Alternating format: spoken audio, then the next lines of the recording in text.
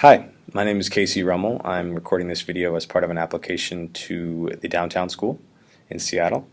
I'm going to tell you a bit about myself and how I would use the city of Seattle in my classroom.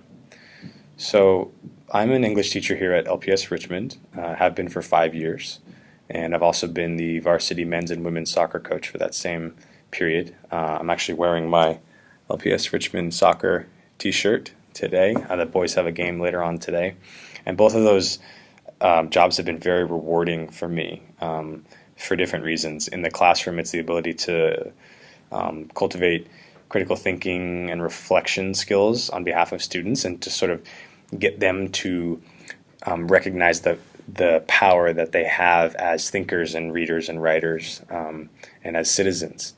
And then for the soccer teams, it's really enjoyable for me to be able to organize young people who are motivated around a same goal, getting better at soccer, forming bonds with each other, winning games. They're both very rewarding jobs for different reasons. Personally, I love reading.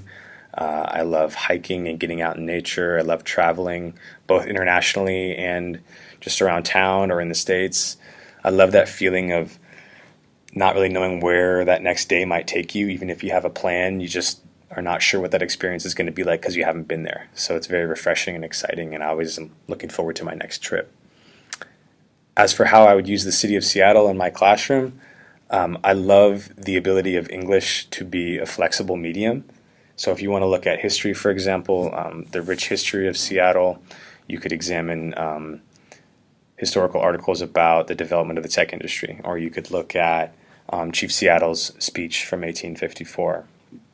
Depending on what topic you want to be focusing on, current events, if there's a measure coming up that's going to be voted on by the city, you could have students look at the different sides, the pros, cons. You could hold a debate. Because there's reading, writing, and speaking and listening going on, there's so many ways to bring in content.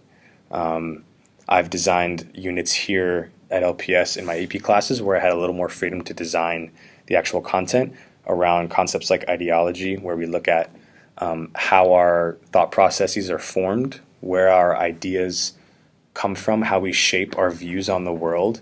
And by doing that, it encourages students to think critically, and it also empowers them because they start to see a little more that the world is not static, that they have power to engage with it, to interact with it, to deconstruct it or reconstruct it or adjust it in a way that makes them feel sort of more fully active in the world. So again, there's so many different avenues for English to come into the classroom.